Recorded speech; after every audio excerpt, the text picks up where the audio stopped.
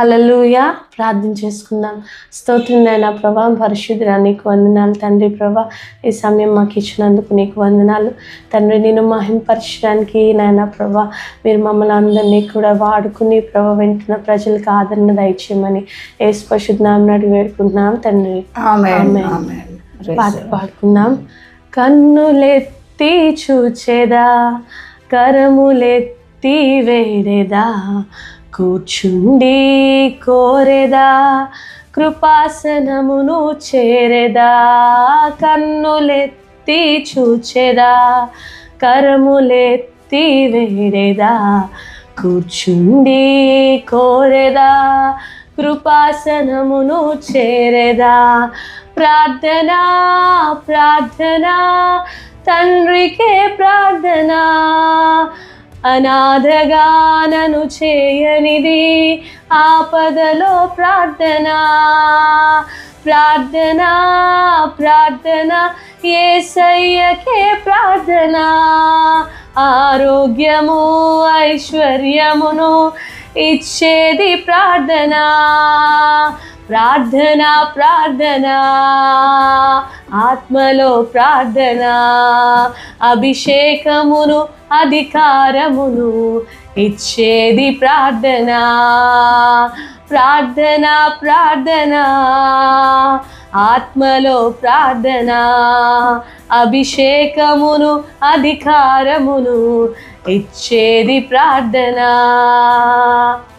ఒంటె మోకాళ్ళతో ఒంటరిగా ప్రార్థన, ఓర్పులేని సమయములో ఓడిపోదే ప్రార్థన.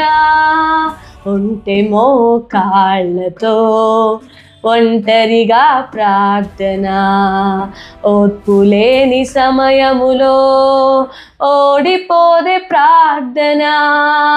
ఒత్తిడైన వేళలో ఓదార్చే ప్రార్థన, ఒత్తిడైన వేళలో ఓదార్చే ప్రార్థన. ఒడ్డు చేరలేని నావలో ఒక్కటైన ప్రార్థన. ప్రార్థన ప్రార్థన తండ్రికే ప్రార్థన, నాథగా నన్ను చేయనిది ఆపదలో ప్రార్థన. ప్రార్థన ప్రార్థన యేసయ్యకే ప్రార్థన, ఆరోగ్యమును ఐశ్వర్యమును ఇచ్చేది ప్రార్థన. ప్రార్థన ప్రార్థన ఆత్మలో ప్రార్థన, అభిషేకమును అధికారమును ఇచ్చేది ప్రార్థన. ప్రార్థన ప్రార్థన ఆత్మలో ప్రార్థన, అభిషేకమును అధికారమును ఇచ్చేది ప్రార్థన. ప్రార్థన ప్రార్థన ఆత్మలో ప్రార్థన, అభిషేకమును అధికారమును ఇచ్చేది ప్రార్థన. హల్లెలూయా. ఉపవాసం యొక్క ప్రార్థన శక్తి సభ్యులందరికీ కూడా మన శుభాకాంక్షలు. దేవుడు మిమ్మల్ని అందరినీ కూడా దేవుడు చక్కగా మీరందరూ కూడా చక్కగా ఉన్నారని నమ్ముతూ ఉన్నాను. ఆరోగ్య విషయంలో, మరి మీ కుటుంబ సభ్యుల విషయంలో, మీరు చేస్తున్న పరిచర్య, ఉద్యోగ, వృత్తి, వ్యాపారాలు అన్నిట్లో కూడా మీరు ఆశీర్వాదకరంగా ఉన్నారని నేను నమ్ముతూ ఉన్నాను. Praise the lord. దేవునికి స్తోత్రం. ఈరోజు ఉపవాస ప్రార్థన యొక్క భక్తుల చరిత్రను మనం విందాం. దేవునికి వందనాలు. చిన్న ప్రార్థన చేసుకుందాం. ప్రభా, మీ పరిశుద్ధ నామానికి వందనాలు చెల్లిస్తూ ఉన్నాను. మాకు కాదు నాయన, మాకు కాదు, నీ నామానికే మహిమ ఘనత కలుగును కాక తండ్రి. దేవా, నీ కృతజ్ఞతాస్తుతులు చెల్లిస్తూ ఉన్నాను స్వామి. వాక్యం మీది, వాక్యం ఎల్లడవుటతోడనే తెలివి లేని వాళ్ళకి తెలివిని ఇచ్చును అన్నావు తండ్రి. ప్రభా, ఈ వాక్యం వింటున్నటువంటి ప్రతి బిడ్డకు కూడా నాయన కావలసినటువంటి నాయన కృపా, కనికరం, దయా సంకల్పం వారికి ఇచ్చి సహాయం చేసి మహిమతో నన్ను కూడా నింపమని యేసు నామములో అడుగుతున్నాం తండ్రి. Amen amen. Praise the Lord. Hallelujah. మనం ఈ సమయంలో మరి దేవునికి మహిమ తెచ్చినటువంటి కార్యాలను మనం ప్రార్థనలోనే కానీ ఒక పాటలోనే కానీ లేదు, మనం ఏదైనా సరే దేవుణ్ణి మహింపరచాలి. మనల్ని మనం కాదు, కానీ మరి దేవుణ్ణి అన్ని విషయాల్లో ఎలా చెప్పామా, ఏ విధంగా చెప్పామా అనేది కాదు, కానీ దేవునికి మహిమ తెచ్చేటువంటి మరి దేవుని వాక్యం ఉండాలి. ఎప్పుడు కూడా మన కొరకు మరణించి తిరిగి లేచిన మహోన్నతుడైన దేవుడు, ఆయన్నే మనం మహింపరచాలన్న విషయాలు మన కుటుంబంలోనూ, మన పరిచర్యల్లోనూ, మన ఉద్యోగ వృత్తి వ్యాపారాల్లోనూ కూడా ఆయన్ని మహింపరచాలి. చూడండి ఇక్కడ మరి నిర్గమకాండము 33వ అధ్యాయము 18వ వచనంను కూడా మనం చూద్దాం. అతడు దయచేసి నీ మహిమను నాకు చూపమనగా ఆయన నా మంచితనమంతయు నీ ఎదుట కనపరిచేదను, యెహోవా అను నామము నీ ఎదుట ప్రకటించేదను, నేను కరుణించిన వారిని కరుణించేదను, ఎవరి యందు కనికరం పడిన వారి యందు నేను కనికరం పడుతును అనేటువంటి దేవుని యొక్క వాక్యం మనం చూస్తున్నాం. దేవుని జనాంగమా, దేవుడు మరి మోషేకి స్నేహితుని వలె ఉన్నారు. దేవునితో ముఖాముఖిగా మాట్లాడేవాడు. ఆయన పుట్టుకే ఒక అద్భుతం. కాబట్టి మోషే మరి దేవునితో స్నేహితుడుగా మరి ముఖాముఖిగా మాట్లాడినటువంటి వ్యక్తి.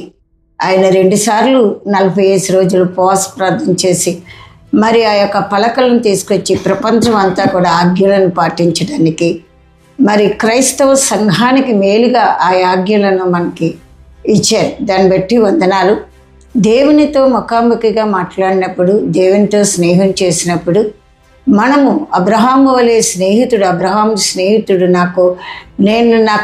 నేను ఆ అబ్రహాముకి నేనేవి చెప్పకుండా దాచేదనా అని అబ్రహాంతో మాట్లాడుతున్నాను.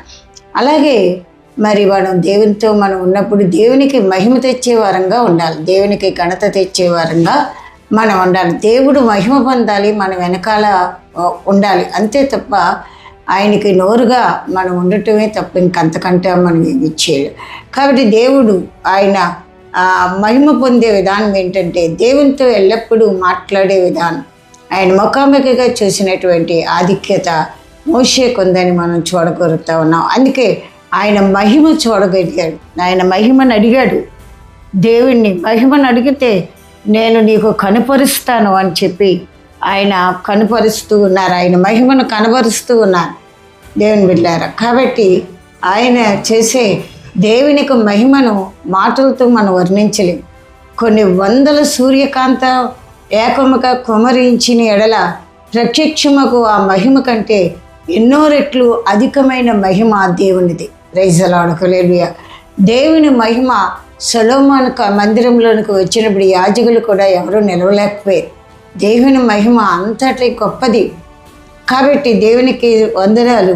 మేడగది మీద దేవుని మహిమ వచ్చినప్పుడు అందరూ అన్య భాషలతో మాట్లాడుతూ అనేకమైనటువంటి భాషలను వాళ్ళు వినగలిగారు. అంతేకాదు 3000 మంది రక్షించబడగలిగారు. దేవుని మహిమ ఎంతో గొప్పది. మరి మనుషుల మీద దేవుని మహిమ వచ్చినప్పుడు నువ్వు దేవుని మహిమ కొరకు మాట్లాడాలి. హల్లెలూయా. చూడండి, కీర్తన భాగం 19వ అధ్యాయం 1వ వచనాన్ని మనం చూసినట్లయితే అక్కడ దేవుని మహిమ కొరకు ఏం మాట్లాడుతున్నారో చూద్దాం. మనం 19వ అధ్యాయం 1వ వచనం. ఆకాశములు దేవుని మహిమను వివరించుచున్నవి, అంతరిక్షములు ఆయన చేతి పనిని ప్రచురపరచుచున్నది. హల్లెలూయా. ఈ సృష్టి దేవుని మహిమపరుస్తుంది. దేవునికి స్తోత్రం. సృష్టి ఒక చెట్టుని చూసినా, మనము ఏదైనా మరి లెబానోను మానుల్ని చూసినా, యెరూషలేము వెళ్ళినప్పుడు ఒలీవ చెట్లను చూసినా అవన్నీ కూడా దేవుని మహిమను కనపరుస్తూ ఉంటాయి. ఆకాశంలో దేవుని మహిమ వివరించుచున్నది. చంద్రుడిని చూసినప్పుడు, సూర్యుడిని చూసినప్పుడు, నక్షత్రాలను చూసినప్పుడు అవన్నీ కూడా వెలుగునిచ్చి మనకి దేవుని యొక్క మహిమను కనబరుస్తూ ఉన్నది. అవి వాటికి మనం పూజించకూడదు, దాన్ని చేసిన దేవుడికి మనము పూజించాలి తప్ప మరి సూర్యుడు, చంద్రుడు, నక్షత్రములు, భూగోళములు, ఆకాశం, భూమి దేవుడు చేశాడు. అది దేవాది దేవుడు, ఆయన పరిశుద్ధుడు. ఆయన నిన్ను పుట్టించిన దేవుడు, నీకు సహాయం చేసే దేవుడు. ఆయన ఇవన్నీ చేశాడు. కాబట్టి సృష్టిని పూజించకూడదు, కానీ సృష్టికర్తను మనం పూజించాలి. హల్లెలూయా. ఆయన మహిమను వివరించుచున్నది. అంతరిక్షము ఆయన చేతి పనిని చక్కగా ప్రచురపరుస్తుంది, ప్రకటిస్తుంది. ఇది నన్ను దేవుడు చేశాడు అంటుంది నక్షత్రం. సూర్యుడు అంటున్నాడు నన్ను చేశాడు దేవుడు అంటున్నాడు. చంద్రుడు అంటున్నాడు రాత్రిపూట వెలుగునివ్వడానికి నన్ను చేశాడు దేవుడు అంటాడు. కాబట్టి అది ఎంతో చక్కగా మరి వివరిస్తూ ఉంది. దేవుని మహిమను మళ్ళీ ఇంకా చూద్దాం. యాకోబు దేవుని నామము నిన్ను ఉద్ధరించునుగాక. దేవునికి స్తోత్రం. ఆ అంతరిక్షంలో ఆయన చేతిని ప్రచురించుచున్నది, పగటికి పగలు బోధ చేయుచున్నది, రాత్రి రాత్రి మనకు జ్ఞానము నేర్పిస్తుంది. ప్రైజ్ ది లార్డ్, హల్లెలూయా. నువ్వు ఎంత దూరం వెళ్ళినా చంద్రుడు సూర్యుడు వెలుగునిస్తూ ఉంటారు వాళ్ళు. మరి ఆ ఐగుప్తులో మనం చూసినట్లయితే రాత్రిపూట వెలుగునిచ్చింది ఇశ్రాయేలుకి, పగటిపూట దేవుని యొక్క మేఘము నడిపించింది. అటువంటి మహిమను మనము వివరించాలి. నేనే చేశాను, నేనే చెందాను, నాకే ఇవన్నీ అని అనుకున్నట్లయితే దేవుని మహిమపరచకపోతే నీకు రావాల్సిన బ్లెస్సింగ్ ఏది కూడా రాలేదు. కాబట్టి దైవజన్మ ఉపవాసం ఉండినటువంటి ఈ యొక్క దైవజనుడు మరి ఆ దేవుణ్ణి మహిమపరచగలరు. ఉపవాసం ఉండి ప్రార్థన చేసిన వారందరూ కూడా దేవుణ్ణి మహిమపరుస్తారు తప్ప ఇంకెవరిని కూడా మహిమపరచలేరు. అదే సమయంలో మనం నిర్గమాకాండం 33 అధ్యాయం 20 నుంచి 23 వచనాలను మనం చదువుకుందాము. మరియు ఆయన, నీవు నా ముఖమును చూడజాలవు, ఏ నరుడును నన్ను చూచి బ్రతుకాడనెను. మరియు యెహోవా, ఇదిగో నా సమీపమున ఒక స్థలం ఉన్నది, నీవు ఆ బండ మీద నిలువుమనెను. నా మహిమ నిన్ను దాటి వెళ్ళుచుండగా ఆ బండ సందులో నిన్ను ఉంచి నిన్ను దాటి వెళ్ళు వరకు నా చేతిలో నిన్ను కప్పెదను. నేను నా చెయ్యి తీసిన తరువాత నా వెనుక పార్శ్వమును చూచెదవు, కానీ నా ముఖము నీకు కనబడదని మోషేతో చెప్పెను. మరి ఆ దేవుడు మహిమ గురించి చెప్తున్నారనమాట.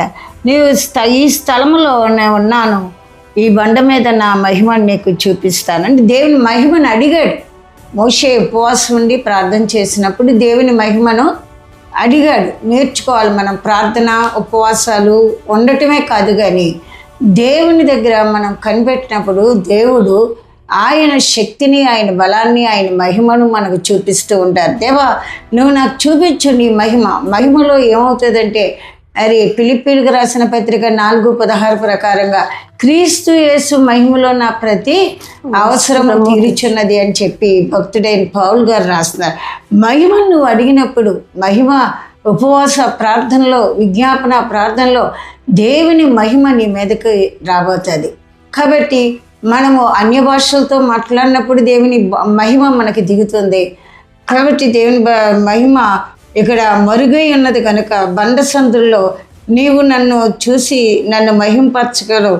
కాబట్టి నీవు నా మహిమను చూస్తావు, నా చేతిలో నుండి నువ్వు దాటిపోతావు, నా చెయ్యి తీసిన తరువాత నా వెనుక పార్శ్వాన్ని నువ్వు చూస్తావని ముఖాముఖిగా దేవునితో మాట్లాడినటువంటి మోషేని దేవుడు అంటున్నాడు, నా మహిమను నువ్వు చూడగలవు, కానీ నా వీపుని నువ్వు చూడబోతా ఉన్నావు అని చెప్పి మోషేకి చెప్తున్నారు. కాబట్టి దేవుని బిడ్డలారా, మోషే ఉండేటువంటి ఉపవాసాలు, మోషే ఉండేటువంటి మరి ఆ గొప్ప గొప్ప దేవునితో మాట్లాడినటువంటి మాటలు ఇజ్రాయేల్ ప్రజలకు ఎర్ర సముద్రాన్ని దాటించటం అయితేనేమి, బండను చీల్చి నీళ్ళు ఇవ్వటం అయితేనేమి, మన్నాను కురిపించటం అయితేనేమి, మరి ఆ యొక్క ఎర్ర సముద్రంలో గుడ్డి వాళ్ళని, కుంటి వాళ్ళని, మరి అక్కడక్కడే ప్రసవించిన వారిని అందరినీ కూడా అది దాటే వరకు కూడా దేవుడు అద్భుతాలు చేస్తూ వెళ్ళారు. ప్రైజ్ ది లార్డ్, హల్లెలూయా. దేవునికి స్తోత్రం కలుగును గాక. అన్ని విషయాల్లో మనం దేవుని మహిమపరచాలని నేర్చుకుంటున్నాం. ఉపవాసం ఉండటం, ప్రార్థన చేసుకుంటాం, దేవుని మహిమను మనం ప్రజలకు కనిపరచాలని దేవుడు మనకు తెలియచేస్తున్నాడు. చూడండి 2వ దినవృత్తాంతాలు 7వ అధ్యాయం 1 నుంచి 3 వచనాలు కూడా చూద్దాం. 2వ దినవృత్తాంతాలు 1వ అధ్యాయం 1 నుంచి 3 వరకు. 7:1 నుంచి 7:1-3 వరకు. సొలొమోను తాను చేయు ప్రార్థనను ముగించినప్పుడు అగ్ని ఆకాశం నుండి దిగి దహన బలులను ఇతరమైన బలులను దహించెను. యెహోవా తేజస్సు మందిరము నిండా నిండెను. యెహోవా తేజస్సుతో మందిరము నిండినందున యాజకులు అందులో ప్రవేశించలేక ఉండిరి. అగ్నియు యెహోవా తేజస్సును మందిరం మీదకి దిగగా చూచి ఇశ్రాయేలీయులందరూ సాష్టాంగ నమస్కారం చేసి, యెహోవా దయాళుడు, ఆయన కృప నిరంతరం నుండునని చెప్పి ఆయనకు ఆరాధన స్తుతించిరి. సొలొమోను ఆ యొక్క మరి ఎంతో మంది పితరులు ఆవిడ చూసి ఆనందించి చాలా గొల్లుమని, అది దుఃఖ స్వరము ఆనంద స్వరము ఎవరికి తెలియకుండా మరి దేవుడికి ఆయన సొలొమోను ప్రార్థించిన వెంటనే ఏమి దిగిందంటే దేవుని యొక్క తేజస్సు, దేవుని యొక్క తేజస్సు ఆ మందిరం నిండా నిండినట్లుగా మనం చూడగలుగుతున్నాం. అంటే దీని తేజస్సు మహిమ వలె అక్కడ దిగినట్లుగా మనం చూడగలుగుతున్నాం. దేవుని బిడలరా, దేవుని యొక్క మహిమ ఎలా దిగుతుందంటే, దేవునికి స్తోత్రం, ప్రార్థన చేసిన వెంటనే దేవుని మహిమ దిగుతుంది, దేవుని తేజస్సు దిగుతుంది. దేవుని సన్నిధి మిస్పాలో 7వ సమూయేలు గ్రంథంలో ఉన్నట్లుగా ఆ మిస్పాలో కూడా వాళ్ళు ఉపవాసం ఉండి వాళ్ళు ప్రార్థన చేసినప్పుడు దేవుని సన్నిధి దిగి, ప్రార్థనలో దేవుని సన్నిధిని చూడాలి, ప్రార్థనలో దేవుని మహిమను చూడాలి, ప్రార్థనలో ఉపవాస ప్రార్థనలో దేవుని యొక్క తేజస్సును మనం చూస్తూ ఉండాలి. ఆ సమయంలో నీకు పరిశుద్ధాత్మ అభిషేకంతో నింపుతావు. అలాగే నీవు పరిశుద్ధాత్మ అభిషేకంతో కృపావరాలతో ఫలాలతో నింపబడతావు. అద్భుతాలు జరుగుతాయి, ఆశ్చర్యాలు జరుగుతాయి. దేని బిడ్డలారా, గ్రుడ్డివారు కళ్ళుని చూస్తారు, కుంటివారు నడవగలరు, మోగవారు మాట్లాడగలరు. మా చర్చిలో ఒక అమ్మాయి మరి 30 రోజులు ఉపవాసం ఉన్నప్పుడు చిన్న పాప, ఆ పాప మా అమ్మమ్మ నానమ్మ చెప్తుంది ఏమనంటే, అమ్మ ఈ ఉపవాస ప్రార్థనలో మా మనవరాలకి మాట్లాడుతుంది అంటున్నారు. హల్లెలూయా. మరొక అమ్మాయి మాట్లాడలేని అమ్మాయి మాట వచ్చి ఆ అమ్మాయిని నిన్నే స్కూల్లో జాయిన్ చేస్తున్నాము అని చెప్పగలుగుతూ ఉన్నారు. దేవుని దైవ జన్మ ప్రార్థన చేయాలి, ప్రార్థనతో పాటు ఉపవాసం ఉండాలి, ఉపవాసంతో పాటు దేవుని సన్నిధిని చూడాలి, దేవుని మహిమను చూడాలి, దేవుని తేజస్సుని చూడు. హల్లెలూయా. ప్రజలను ప్రకటించగలవు, సువార్త చెప్పగలవు, ఆత్మలు రక్షించబడగలవు. దేవుని సన్నిధిలో మనం అలా చేసినప్పుడు దేవుని యొక్క ఆ సన్నిధి ఏమవుతుందంటే అభిషేకంలోకి దిగిపోతుంది. హల్లెలూయా. రబాలరకర రిబాలబర శాందార ఖరబరలర ఖరబర. ఎవరైనా సరే కళ్ళు తెరవలేని వారు కళ్ళు తెరవబోతున్నారు. లక్క దియార ఖరలర. హల్లెలూయా. ఒక వ్యక్తి చెవులు తెరవట్లేదు, వినబడట్లేదని బాధపడుతున్నావా సహోదరి? యేసు నామంలో నీ 2 చెవులు తెరవబడుతున్నాయి. రీకాలబర దూరోషియా రీబోలో బరుషియార కందర కరాలర. ఒక పాపకైతే మైండ్ సరిగా లేదు, హల్లెలూయా, ఇంట్లో అంత అల్లరగా ఉన్నది. రబాలబర దియారలర శివధర కందర కరలర. ఈ సమయంలోనే ఆ ఎల్లరి దెయ్యాన్ని బయటికి పమనాజ్ఞాపిస్తా. రాలరా, క్లాస్లో ఉన్నావు, డబ్బు ఉంది, నీకు అన్నీ ఉన్నాయి, బిడ్డను బాగు చేసుకోలేకపోతున్నావు, రోజు ఏడుస్తున్నావు. హల్లెలూయా. నీ బిడ్డ యేసుని అంగీకరించు, నీ సొంత రక్షకుడికి అంగీకరించు. నీ బిడ్డకు మాట వస్తుంది, ఆ ఎల్లరి ఎంత కూడా తీసివేస్తుంది, ఎంత విలువైన సామానమైన పోగొట్టేస్తుంది. సోదరి, నువ్వు దేవుని దగ్గరికి రా, దేవుడు నీకు సహాయం చేస్తారు. హల్లెలూయా. రవర్షందరాల. హల్లెలూయా. దేవుని మహిమ. నువ్వు ప్రార్థన చేస్తూ ఉంటుండగా, తెల్లవారే ప్రార్థన చేస్తూ ఉంటుండగా నీ బిడ్డ బాగుపడుతూ ఉన్నారు, ఇప్పుడే స్వస్థపరచబడుతున్నారు. హల్లెలూయా. తెరలరా షాలరా కరబరదరాల. కవరొచ్చి సొలొమోను తన 7వ అధ్యాయంలో మనం చూసినట్లయితే తేజస్సుతో ఏమి నిండిపోయిందండి? మందిరము నిండిపోయింది. దేవునికి స్తోత్రం. సన్నిధితో నీ మందిరం, నీ ఆలయము దైవ సేవకుల మీద దేవుని యొక్క తేజస్సుతో నిండిపోయినప్పుడు ఆ మందిరం నిండా సాష్టాంగపడి ప్రజలు యెహోవా దయాళుడు, యెహోవా దయాళుడని దేవుణ్ణి ఆరాధిస్తారు. దేవుని సంగమా, ప్రైజ్ ది లార్డ్. హల్లెలూయా. ఈ సమయంలో లోకాసు వార్త 9వ అధ్యాయం 29వ వచనం మనం చూద్దాం. లూకాసు వార్త 9వ అధ్యాయము 29వ వచనాన్ని చూసుకుందాం. ఈ మాట చెప్పినది మొదలుకొని రమారమి 8 దినములైన తర్వాత ఆయన పేతురును యోహానును యాకోబును వెంట పెట్టుకుని ప్రార్థన చేయుటకు ఒక కొండ ఎక్కెను. ఆయన ప్రార్థించుచుండగా ఆయన ముఖ రూపము మారెను. ఆయన వస్త్రములు తెల్లనివై దగదగా మెరిసెను. మరియు 2-3 ఆయనతో మాట్లాడుచుండిరి.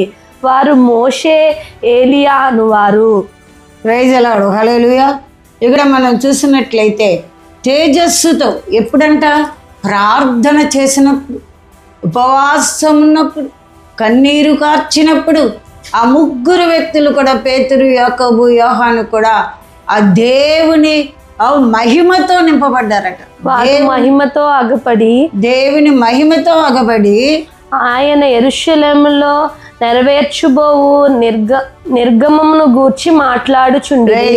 హల్లెలూయా. దేవునికి స్తోత్రం కలుగును గాక.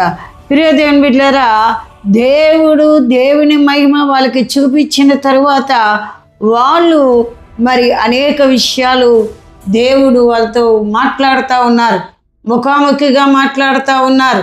నేను మరి అక్కడ యెరూషలేములకు కావలసినటువంటి అవసరాల గురించి మాట్లాడుతూ ఉన్నారు. అలాగే నువ్వు ప్రార్థన చేశాడు, చాలా రోజులు బట్టి కనిపెడతారు, చాలామంది 40 రోజులు కనిపెడతారు. అమ్మ దేవుడు మాతో ఏమి మాట్లాడలేదంటారు. ఉపవాసం ఉన్నాము మేము 21 రోజు దేవుడు మాతో మాట్లాడలేదు అంటారు.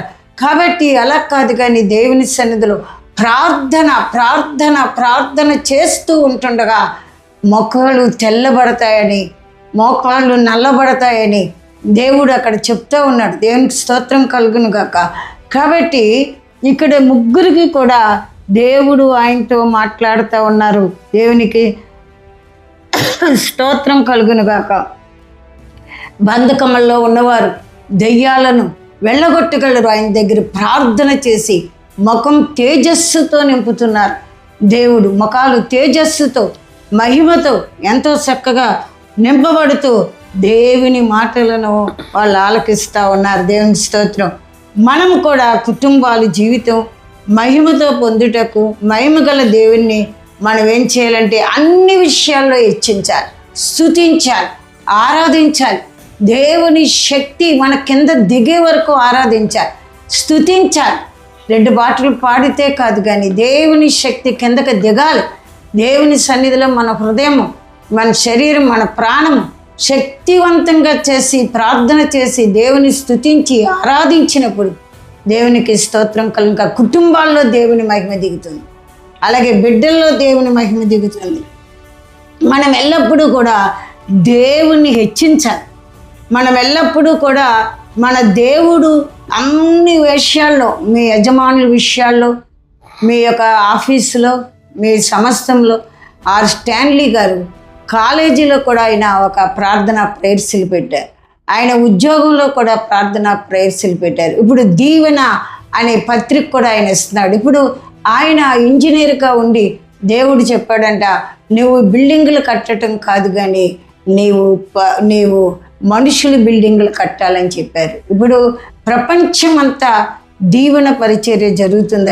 ఆయన భార్య డాక్టరు ఎంతో చక్కగా పరిచర్య చేస్తూ ఉన్నారు. పెద్ద ఆయన అయ్యారు, ఆయన ఇంకా సేవ చేస్తూనే ఉన్నారు. కాబట్టి ఎప్పుడు దేవునికి నువ్వు ఒక పుస్తకాలు రాసినా, ఏమి రాసినా దేవునికి మహిమ తెచ్చి పరిచర్యను ఉండాలని బైబిల్ చెప్తా ఉంది.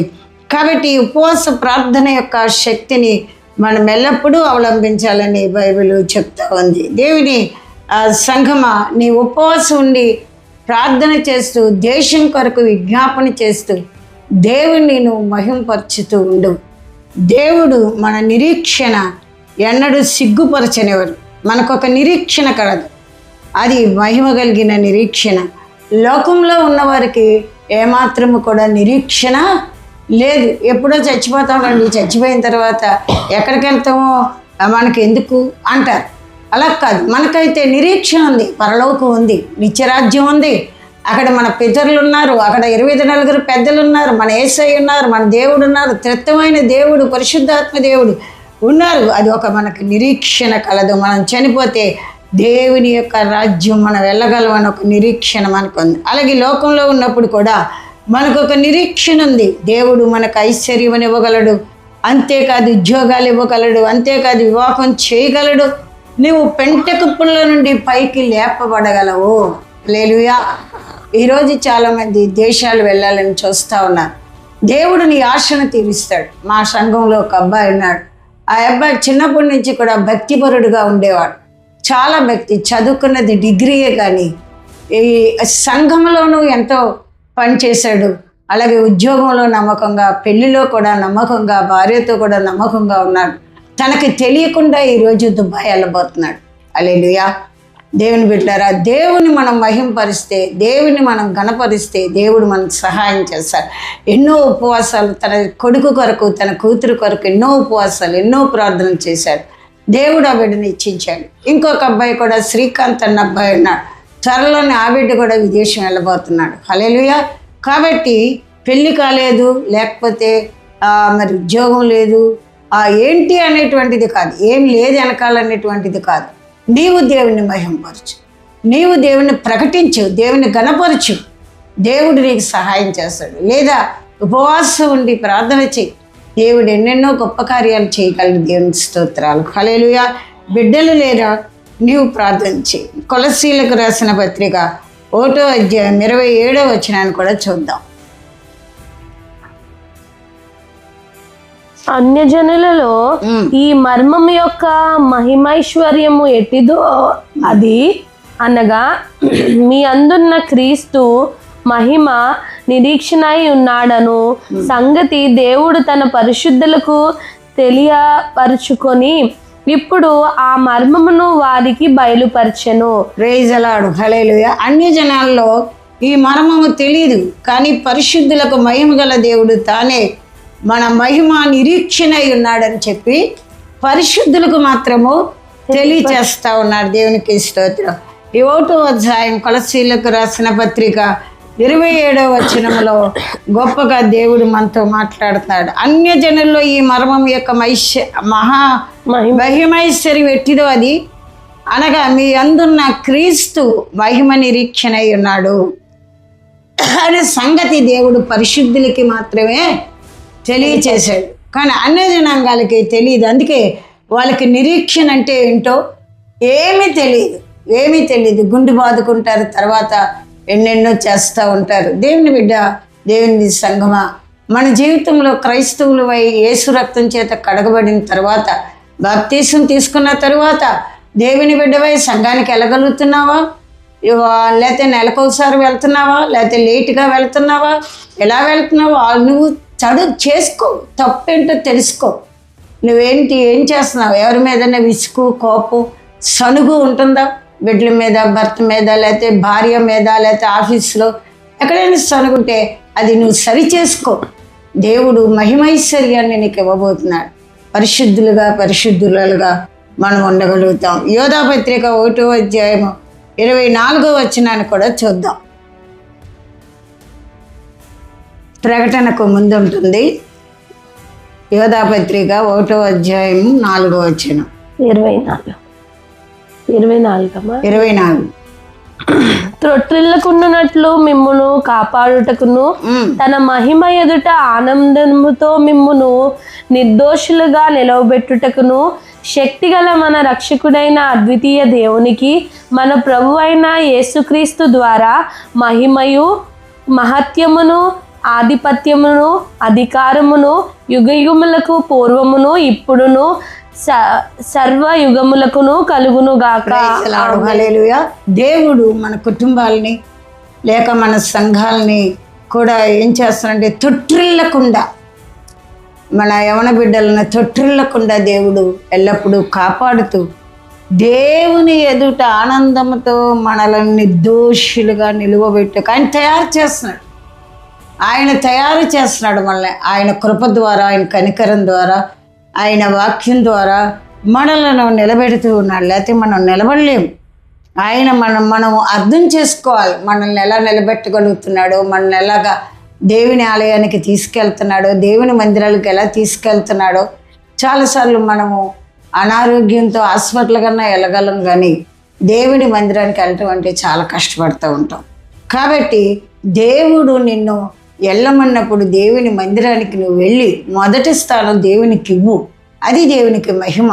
అది తొట్టిల్లకుండా నీ పాదములను కాపాడగలుగుతుంది. పాదములకు రాయి తగలకుండా కాపాడగలుగుతా ఉన్నారు దేవుడు. కాబట్టి నువ్వు ప్రయాణంలో రాయి తగలకుండా దేవుడు కాపాడుతూ ఉన్నాడు. ఇవన్నిటిని బట్టి దేవునికి మహిమ తెచ్చుకున్నట్లుగా మనం చేయవలసిన బాధ్యత ఉంది.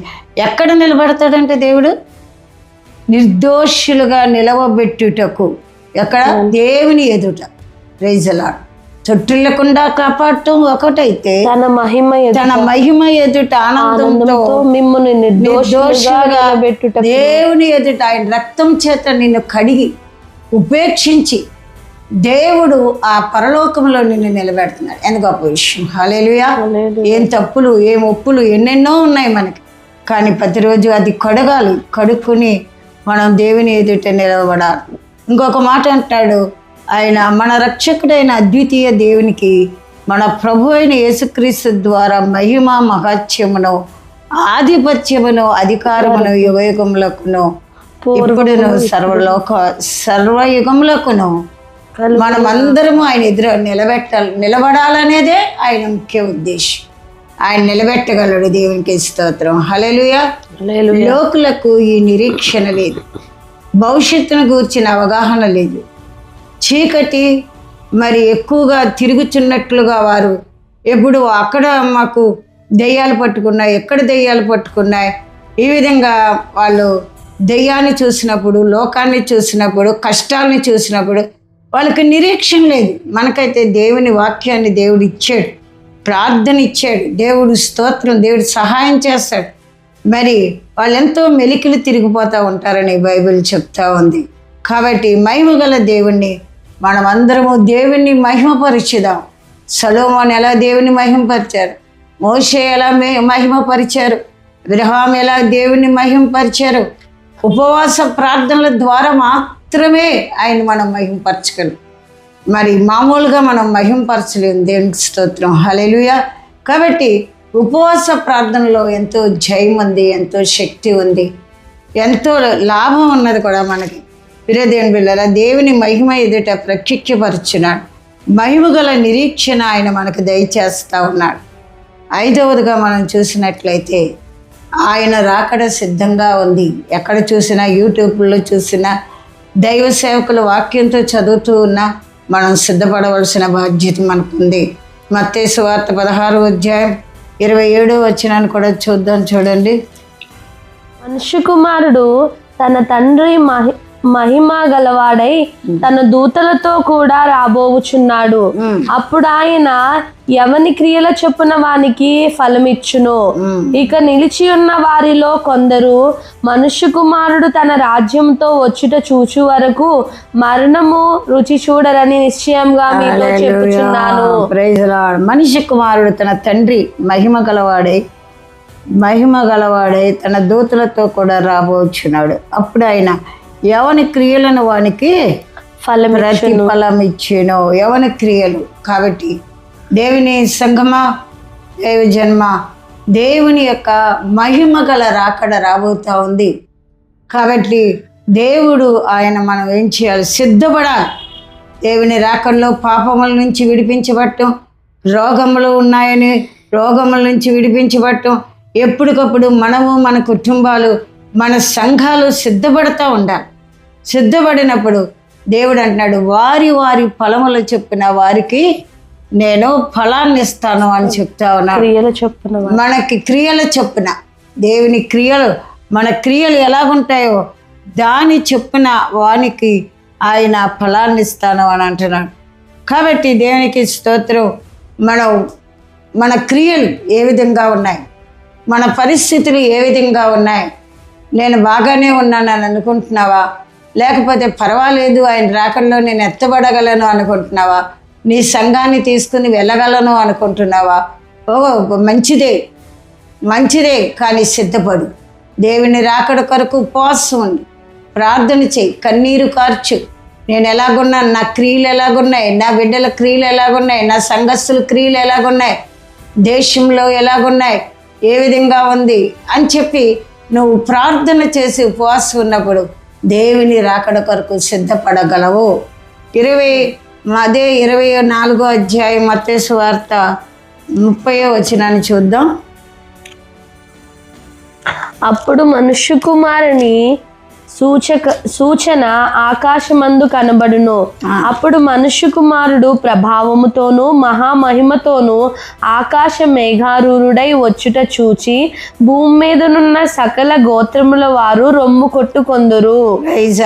చూసారా, నీకు నాకు అలాంటి పరిస్థితి లేదు, కానీ లోకములో వారి క్రియలు సరిగా చేసుకోలేని వారు, అన్య జనాంగం, లోకం, వీళ్ళందరూ కూడా మరి మనల్ని చూసి రొమ్ము కొట్టుకుంటూ ఉంటారు. ఆయన మహిమ కుమారుడైనటువంటి ఆయన మనుష్య కుమారుడు మరి ప్రభావంతో ఆయన భూమి మీదకి వచ్చినప్పుడు మరి ప్రజలందరూ, భూమి మీద ఉన్న సకల జనులు కూడా, సకల గోత్రముల వారు కూడా రొమ్ము కొట్టుకొందురు. అయ్యో అయ్యో అయ్యో. ఒకవేళ క్రైస్తవులు అయిన మాత్రాన మనం కూడా ఎంతో ఎంతో జాగ్రత్తగా ఉండాలి. అందుకే ఏమంటారంటే, నిత్యము నువ్వు ప్రార్థన చేసుకో, నిత్యము కూడా నీవు ఉపవాసం ఉండి ప్రార్థన చేసుకో. దేవుని సన్నిధి నీ మీద దిగిందంటే, అభిషేకం నీ మీద దిగితే దేవుడు నీకే చూపిస్తాడు రెండవ రాకడను. జాగ్రత్తగా మనము క్రియలను జాగ్రత్తగా ఉంచుకోవాలి. అలాగే మనిషి కుమారుడు ప్రభావముతోనూ మహామహిమతోనూ వస్తాడట. దేవునికి స్తోత్రం. అప్పుడు మనం లేదండి మేము ఇలాగున్నాం అలాగున్నాం అనుకోవటం కాదు, కానీ ఎప్పటి నుంచే మనం సిద్ధపడాలి. మహిమ రాకడ కొరకు మనం సిద్ధపడాలని బైబిల్ చెప్తా ఉంది. 1వ దశలోనిక పత్రిక 4వ అధ్యాయం 16, 17 కూడా చూద్దాము.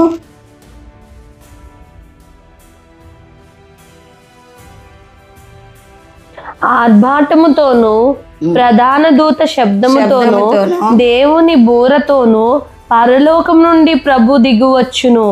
క్రీస్తునందుండి మృతులైన వారు మొదట లేతురు.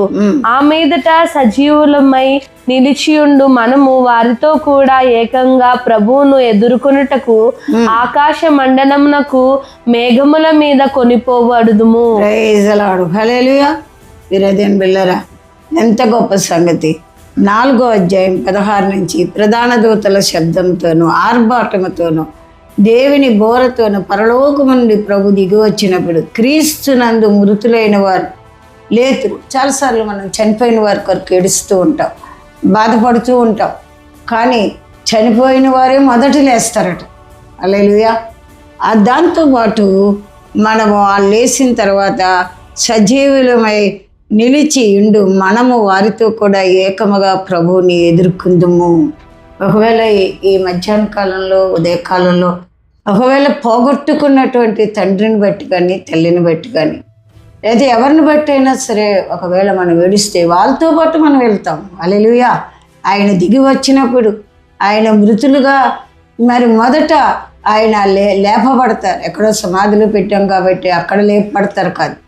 దేవునికి స్తోత్రం. ఆయన చనిపోయిన వారందరూ లేపబడతాం. వాళ్ళతో పాటు మనం కూడా లేపబడి వాళ్ళతో పాటు మనం వెళ్తాం, మనం చూస్తాం. మన యొక్క నిరీక్షణ ఏంటంటే వాళ్ళని మనం చూస్తాం. మన తండ్రి అయినా, మన బిడ్డలైనా, మన కుటుంబం అయినా, ఎవరైనా సరే మనకి మరి ఇష్టమైన వారు పోగొట్టుకున్నప్పుడు వాళ్ళని మనం చూస్తాం అనేటువంటి నిరీక్షణ మన దగ్గర మనకి ఉన్నది. ఎప్పుడు? ఆయన వచ్చినప్పుడు. ఆయన బోర్లతోనూ పరలోకంలో నుండి దిగి వచ్చింది. ఆయన వచ్చినప్పుడు మనం చూస్తాం, మన వారిని చూస్తాం, మనం కూడా ఆయనతో కొనుక్కోబడతాం, సిద్ధపడినటువంటి వారందరూ. అలాగే కీర్తన భాగం 24వ అధ్యాయం 7వ వచనాన్ని కూడా చూద్దాం. గుమ్మములారా మీ తలలు పైకెత్తుకొనుడి, మహిమగల రాజు ప్రవేశించున్నట్లు పురాతనమైన తలుపులారా మిమ్మును లేవనెత్తి కొనుడి. మహిమగల ఈ రాజు ఎవరు? బలశౌర్యము గల యెహోవా, యుద్ధశూరుడైన యెహోవా. గుమ్మములారా మీ తలలు పైకెత్తుకొనుడి. దేవునికి స్తోత్రం. హల్లెలూయా. ఇంత శ్రమ పడుతున్నానండి, ఇన్ని శ్రమలు అనుభవిస్తూ ఉన్నానండి. మరి బీజేపీ వాళ్ళు చూస్తే అలా చేస్తున్నారు, ఇలా చేస్తున్నారండి. కష్టాలు, బాధలు, ఎన్నో శ్రమల గుండా నేను వెళ్తున్నానండి. ఒక రోజున దేవుడు రాబోతున్నాడు. నీ తల పైకెత్తుతున్నావు. హల్లెలూయా. నీ తలలు పైకెత్తుడి అంటున్నాడు ఇక్కడ. ఎందుకంటే మహారాజు రాబోతా ఉన్నాడు. దేవునికి స్తోత్రం. ఇప్పటి కాలపు శ్రమలు ఎన్నదగినవి, రాబోయే తరంలో ఎన్నదగినవి కాదు. నీవు తల పైకెత్తుకుని దేవుని ఎదుటను మనుషుల ఎదుటను నువ్వు నిలవబడగలవు. హల్లెలూయా. దేవునికి స్తోత్రం. నీ యొక్క శ్రమలన్నీ కూడా ఆశీర్వాదకరంగా మారుతున్నాయి. నీ బాధలన్నీ కూడా దీవెనకరంగా మారుతున్నాయి, ఆశీర్వాదకరం. రాబోయే దినాల్లో ఒక పెద్ద కార్యం నీ ఎడలు జరగబోతూ ఉంది. మా సంఘంలో ఒక ఆవిడ, తులసి గారిని ఒక ఆవిడ ఉండేవారు. ఆవిడ మరి భర్త చాలా మూర్ఖత్వం, ఎంతో భయంకరంగా త్రాగుళ్ళతోనూ అమ్మాయిలతోనూ ఉంటూ ఆమె మీద కూడా ఎంతో భయంకరంగా ఉన్నప్పుడు ఆవిడ ప్రభు అయిన యేసుక్రీస్తుని నమ్ముకుని ఉపవాసం నుండి రాత్రిపూట ప్రార్థన చేసినప్పుడు భర్త మార్పే కాదు, మరి చక్కగా రాజమండ్రిలో ఒక సంఘాన్ని కట్టి పెద్దింటి అమ్మాయి, ఆమెకేం అవసరం లేదు, అనేక ఆత్మలను రక్షించి దేవుని మందిరాన్ని కట్టించగలిగింది. దేవుని సంఘం ఈనాటి శ్రమలు, ఈనాటి బాధలు, ఈనాటి కష్టాలు నీ జీవితంలో ఒక పెద్ద మినిస్ట్రీ చేయబోతుంది. ఒక పెద్ద జాబు నీకు రాబోతూ ఉంది. ఒక పెద్ద కార్యం, నీ శ్రమంతా పోగొట్టుకోగలిగిన నీ నోటి నిండా నవ్వు కలగ చేయబోతుంది. నీ వ్యాధి అంతా కూడా ఆయన దెబ్బల చేత పోగొట్టగలుగుతుంది. దాని ద్వారా, నీ వ్యాధి ద్వారా అనేకులకు నీవు ఆరోగ్యకరమైన సువార్త ప్రకటించగలవు. హల్లెలూయా. శ్రమ కొంతకాలమే ఉంటుంది. చూడండి, 1 పేతురు 5వ అధ్యాయం 10వ వచనాన్ని చూస్తాం. ఎంత కనుగా ఉండదు.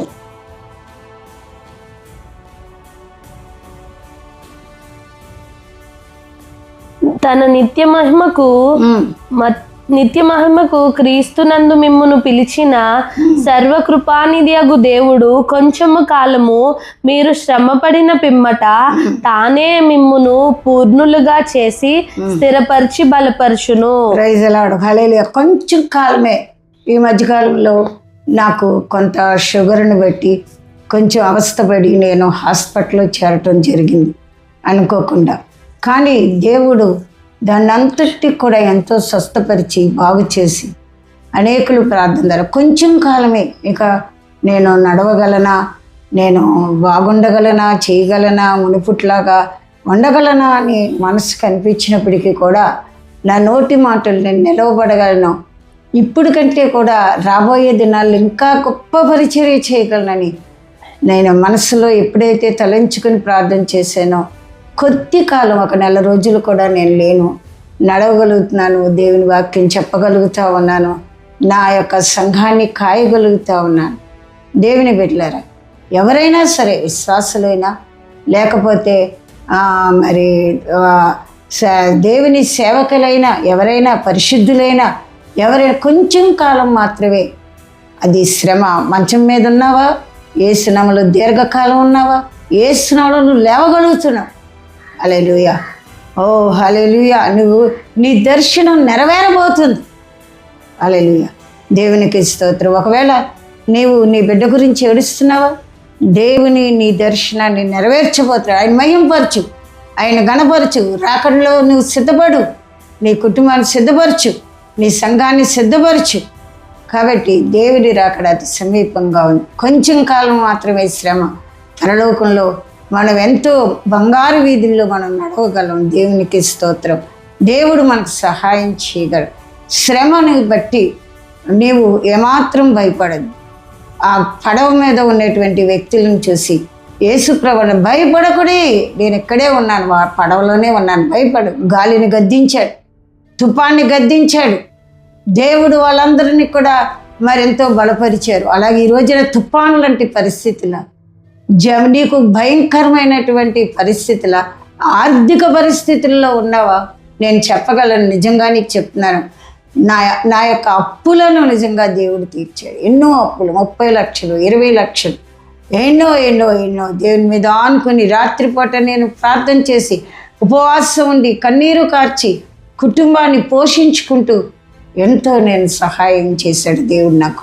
దేవుడు అప్పుల్లో ఉన్నావా, బాధపడుతున్నావా, ఇప్పుడు డబ్బు లేదని అడుగుతున్నావా, సమృద్ధిని గొర్రెలకు జీవాన్ని ఇచ్చే ఆయన 10:10 యోహాను సువార్తలో ఉంది. గొర్రెలకు జీవమును సమృద్ధి కలిగి చేస్తాడు. నా మాట ఏంటంటే, నీవు ఒకవేళ ఇప్పటి వరకు అలాగ ఉపవాసం లేదేమో, నీ ఉపవాసం ఉండి ప్రార్థన చేయి, కన్నీరు కార్చి. మోషే ముఖాముఖిగా దేవుని చూడగలిగాడు. 2 రాతి పలకలను ఆజ్ఞలను తెచ్చాడు భూమి మీదకి. అలాగే యెహోషువ సూర్యచంద్రాదులను ఆపు చేయగలిగాడు. అన్న అనే ప్రవక్త యేసుని కిందకి తీసుకురాగలిగింది. ఏస్తేరు అనేటువంటి బిడ్డను 120 దేశాలను మరి దేవుని కొరకు సంపాదించగలిగింది. ఈ రోజున నువ్వు కూడా ఒక ఎస్తేరు, దెబోరా, ఒక మొర్దెకైలాగా ఉండొచ్చు. దేవుడు సహాయం చేస్తాడు. మోషేలాగా నేను నడిపిస్తాడు, మోషేలాగా నేను ఉంచుతాడు, అబ్రహాంలాగా నేను ఉంచుతాడు. ఆఖరుగా యెషయా గ్రంథం 35:9 చూద్దాం. యెషయా గ్రంథం 35:9.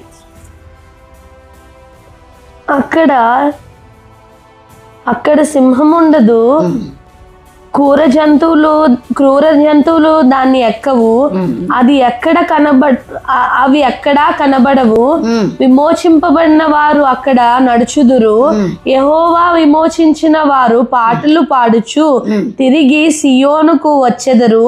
వారి తలల మీద నిత్యానందముండును. వారు ఆనంద సంతోషములు గలవారై వచ్చెదరు. దుఃఖమును నిట్టూర్పును ఎగిరిపోవును. హల్లెలూయా. నీ శ్రమలు, నీ బాధలు, నీ కష్టములు కొంచెం కాలమే ఉంటాయి అంటున్నారు. ఇక మీదట సింహం లాంటి క్రూర జంతువులు లాంటి మనుషులు మనల్ని ఎదుర్కోలేరు. వాళ్ళ శత్రువులు ఓడిపోతారు. ఎక్కడ ఉండవు. విమోచించబడిన వారే అక్కడ నడుచుదురు. విమోచించిన వారు పాటలు పాడతారట, తిరిగి సియోనుకు వస్తారట. వారి తలల మీద నిత్యము ఆనందం ఉంటుందండి. వారు ఆనంద సంతోషము గల వారే ఉంటారట. దుఃఖము నిట్టూర్పు ఎగిరిపోవును. బిడ్డ, ఏ స్థితిలో ఉన్నావో ఆ స్థితిలో నుంచి పైకి లేపబడుతున్నావు, దీవించబడుతున్నావు, ఆశీర్వదించబడుతున్నావు. దేవుడు మిమ్మల్ని అందరినీ దీవించును గాక. ప్రార్థన. ప్రభువా, వాక్యం విన్న దేవుని బిడ్డ అందరినీ కూడా దీవించండి. వారి రోగములతో ఉంటే రోగములు స్వస్థపరచండి. శ్రమల్లో ఉంటే శ్రమలను విడుదల దయచేయండి. రాకడకు సిద్ధపడేవారు ఉంటే సిద్ధపరచండి. నాయన వాక్యం విన్నవారు, పాటను విన్నవారు అందరినీ కూడా నాయన మహిమతో వాళ్ళని నింపి నిన్ను మహిమపరిచేటట్టు చేయమని యేసు నామములో అడుగుతున్నాం తండ్రి. Amen. Amen. God bless you.